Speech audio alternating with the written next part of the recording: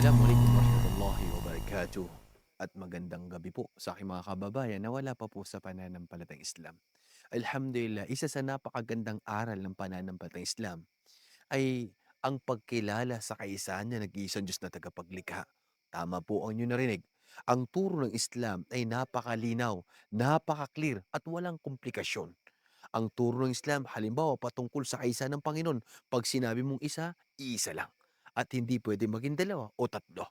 Kung atin titignan ang mga aral or turo ng mga propeta noong unang panahon, ang turo nila magsimula kay Adan, Noe, Abraham, Moises, David, Jesus, and the final prophet Muhammad sallallahu alaihi wasallam, ang turo nila ay sumamba lamang sa nag-iisang Diyos na tagapaglikha at walang iba kundi Allah subhanahu wa ta'ala, na kung saan sinabi mula sa banal na Quran, sinabi ng dakilang tagapaglikha, Bismillahirrahmanirrahim. Sa ngalan ni Allah, ang pinakamakabagin, ang pinakamawin.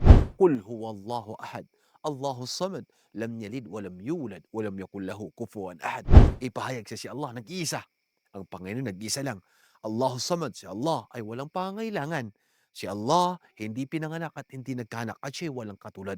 At itong Panginoon na to, na siyang sinamba na lahat ng mga propeta at ganun din ng ating mga ninuno. Ang pagsamba sa kaisan ni Allah ang siyang tama na kung saan ay itinuro ng lahat ng mga propeta, ganun din ang ating mga ninuno. Kaya't aking inimbitahan ang aking mga kababayan na aralin natin, tignan natin ang aral ng mga propeta nang sa ganun ay matuklasan natin ang katotohanan patungkol sa kaisahan ng isang Diyos na tagapaglikha.